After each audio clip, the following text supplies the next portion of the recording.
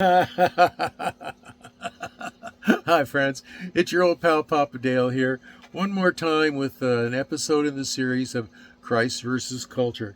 This series is based on the scripture of 1 John 2:15 that says, "Love not the world, neither the things that are in the world. If anyone loves the world, the love of the Father is not in him."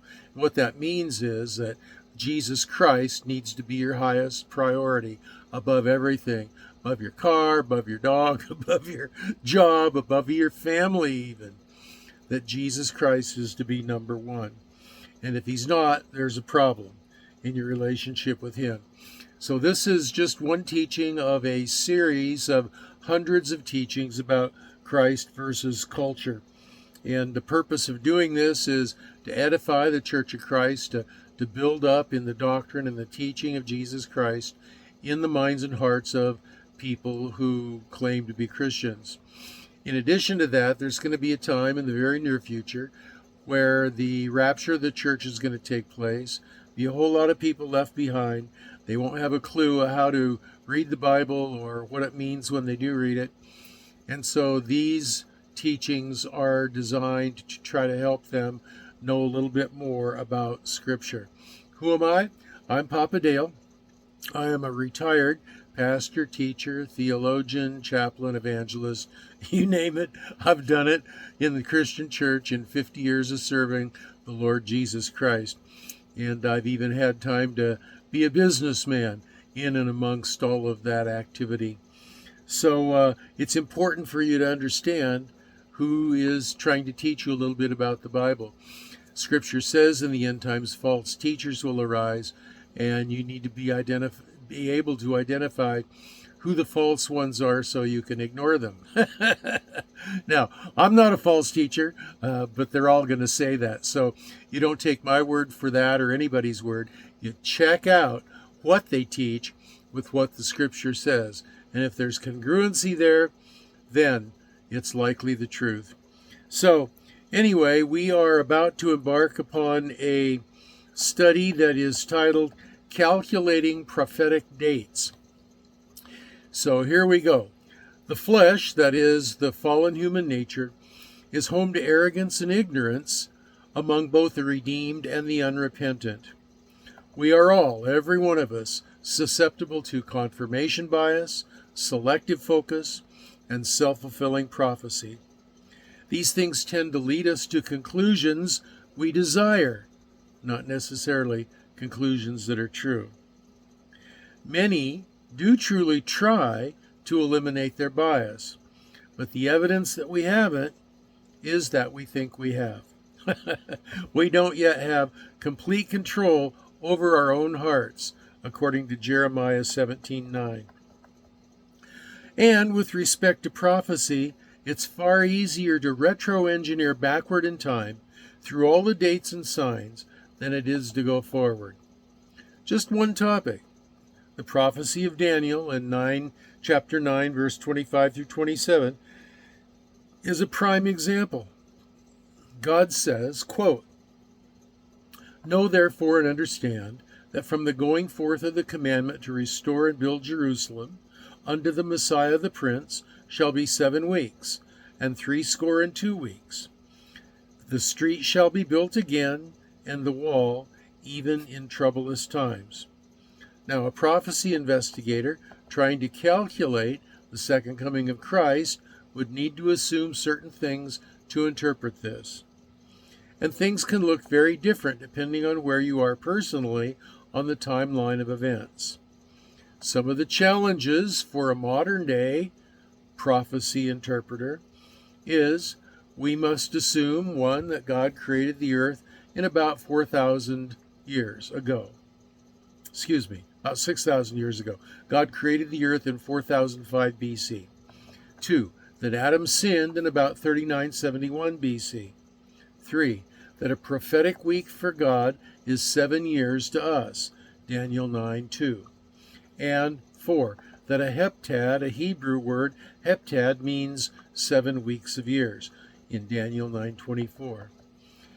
That of the 3 major decrees issued relative to the release of the Jews from captivity, We can document these in history. Cyrus in 538 BC, Darius in 520 BC, and Artaxerxes in 458 BC. We cannot know which decree is the prophesied one before Christ comes and dies.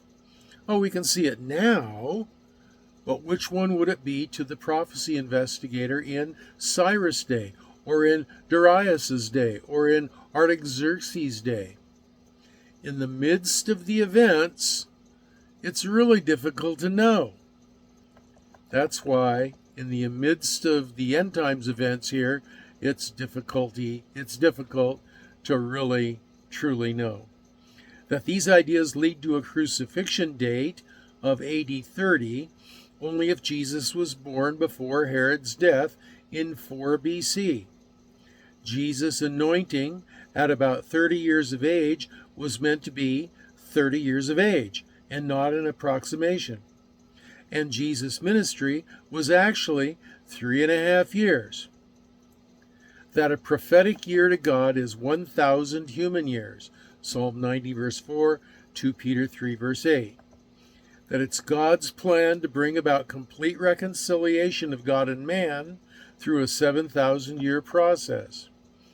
Then, if you can get all of these things to agree and understand all of these things, all of these components combine so that the calculation can be followed backward from Jesus' crucifixion and the historic fulfillment seen there, and also followed forward to a future fulfillment projected into the future.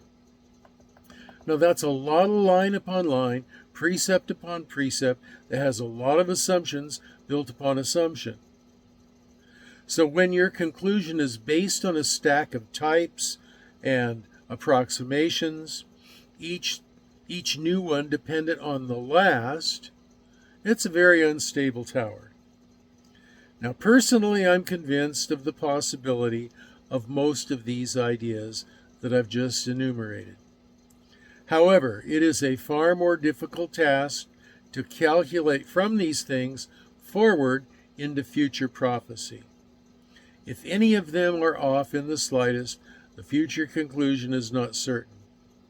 The calculations for the end times, second coming, believers' resurrection, rapture, are all susceptible to this. All of these ideas are disputed by scholars.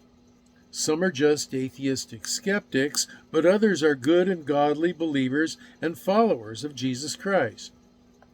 Also, some will say that if you're led by the Holy Spirit, you'll know what's true. But many who claim to be led by the Holy Spirit arrive at differing conclusions. Someone is being led by their flesh and by their intense desire for the Lord to come. Well, there's nothing wrong with that desire. Sadly, however, some are so blind to their own arrogance that they accuse those who don't agree with them and their interpretation of prophecy.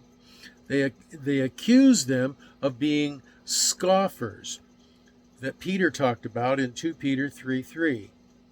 When the clear context of that passage in 2 Peter is of scoffing at the whole idea of Christ ever returning, not the idea of his returning according to their schedule, according to their idea of how he's going to return.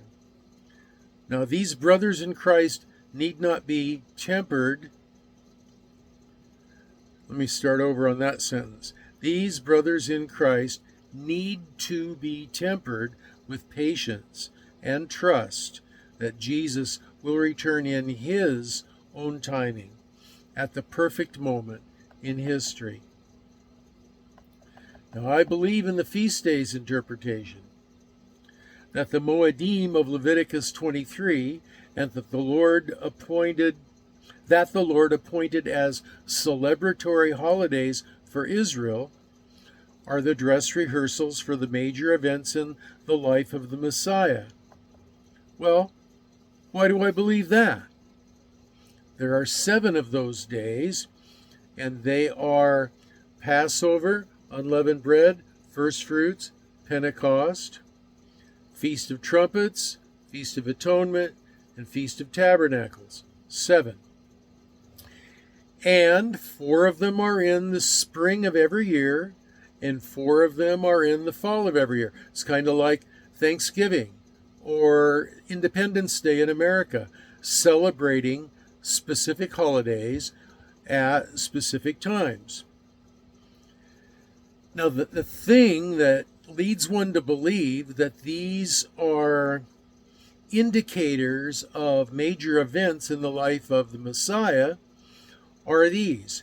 Jesus fulfilled the spring dates of Passover, unleavened bread, first fruits, and Pentecost, literally and physically. Jesus fulfilled those. And based on that pattern, it's my belief he will fulfill the fall feasts literally and physically. Those fall feasts are the believer's resurrection rapture on the Feast of Trumpets, the second coming of the Messiah on the Day of Atonement, and the Messiah coming to dwell on earth on the Feast of Tabernacles. When will these events take place? Like the fulfillment of the spring feasts happened in close proximity to one another, I believe that the fulfillment of the fall feasts will be similar.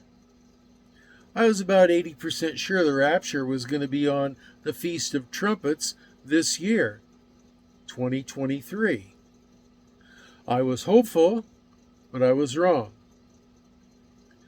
But it's looking more and more now like it's going to be on the Feast of Trumpets in 2024. How that figures into all the calculations of all of the watchers, I don't know. They got all kinds of dates. Purim and Hanukkah and all kinds of different events that they selected. And they have all kinds of ways of twisting Scripture and manipulating Scripture and spiritualizing Scripture to arrive at those dates or those holidays. And I just go back to Leviticus 23. God said that these were going to be 7 holidays that he was going to give for Israel to celebrate. Now, granted, he doesn't go into the detail of saying, and these are going to be representative of the major events in the life of Christ. He doesn't say that anywhere. But the first 4 of them were fulfilled by specific, literal, physical events in the life of Christ in the fall of 30 AD, or 33 AD, or 30 AD. Somewhere right in there. Experts disagree on that. But I understand Jesus never said that we couldn't know the date. He said he didn't know the date at the time that he was talking to them about the events surrounding this date. And he said it wasn't for his disciples in 30 AD to know the date. And the fact that he didn't know the date was a function of his humanity, not his deity. He was God in flesh, but he was in flesh. And he chose to set aside the exercise, the personal exercise of his deity, so that he could take on humanity and be in full and complete union with the human beings that he created. Now, he didn't know at that time in 30 AD. Only the Father knew. However, he said the Holy Spirit would lead us into all truth. Quote, howbeit when he, the Spirit of truth, is come, he will guide you into all truth. For he shall not speak of himself, but whatsoever he shall hear, that shall he speak, and he will show you things to come. Did you catch that last phrase? And he will show you things to come. John 16:13. And in the book of Revelation, God Jesus Christ tells the Apostle John, actually tells the angel to tell the Apostle John to tell us that the purpose is for him to reveal unto his followers what's to come. So to say, well, no, we can't know the date or the hour or the time, we can't really know anything about it, it could come anytime, that's not quite accurate. That's not quite the interpretation of what was meant when he said those words. He never said we weren't supposed to try to figure it out. He did say that we should recognize the season. And brother, it's the season right now. The season is here. Come, Lord Jesus. Maranatha. So those are some of my thoughts on this whole idea of trying to calculate the prophetic dates. You have comments, questions, or prayer requests, you can leave them in the section below. There's also a link that takes you to my Facebook section. If your comments are going to be really lengthy or you're going to try to teach some other topic, go to my Facebook page, DM me, direct message me. Don't do it here. I'll just erase them here. And so also down below you're going to find the lesson notes that we just went over, and it's a link to those lesson notes, and you can click on that and get right to these lesson notes. So next video is going to be something great. I don't know what the title is. The Holy Spirit will lead us to it. And for now, this is going to be your old pal Papa Dale signing off. And as usual, I'm telling you that I'm going to pray for you, that you will be well and be blessed.